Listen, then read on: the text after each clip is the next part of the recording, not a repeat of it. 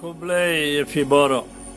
akuaban karpadi fiban duai na banda bun ki kun samla jengi ki ba thoga neat exam la shai ba ublai unsa karkuye ki bat kinsa la ban pass bhagane ki exam और मुखी की दे बन या चप्रांगा का जिंगिम जुंकी ते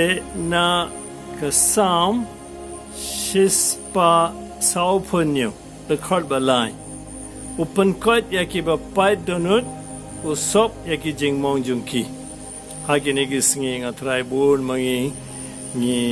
long ki ba pait Dohnud broken hearted namna bun ki daw but Mano ban sop Mano ban pynkoit tang ble kiwe kinsa persyang tang ba kinam la kasam sau po lai record khat praru ko angum ne utrai udon hajan ki ba pait Dohnud but isus pa ya ki ba dot mansim rega jinge khalong utrai udon hajan tang ba kimpe ya utrai kimpe charum chanek kimpe che ki parlok kimpe cha ki kiwe ki perkhat ki laban yarap utrai udon hajan kim yi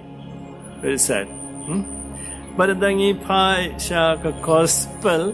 kat kum Yohanes kalanong kat sao the court arfunyo ka jingsuk ngayeno bat pi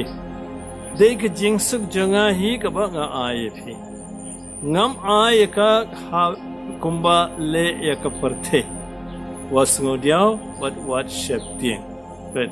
na jisu chpang ka kaktin uble ka bangi pulena ka sam Untang iyi hak jutang batumay ka long kumno. But kitab jimpan pau ka lanong arpuwe dekat basau ngi puleru kumne. Unsa niat yaki umat baro naki kemajengki. Unsa niat utrayu ajan yaki ba pait Dohnud. Te ngi hakanega por ngi deban sungtushai kanega jingmot jogane kaktin jongublai ba ngi yos ngamunta kine kilong tin ki ba shisha te kumba nga koban pankan mau biang ifi utrai udon hajan but piha paisha utrai ba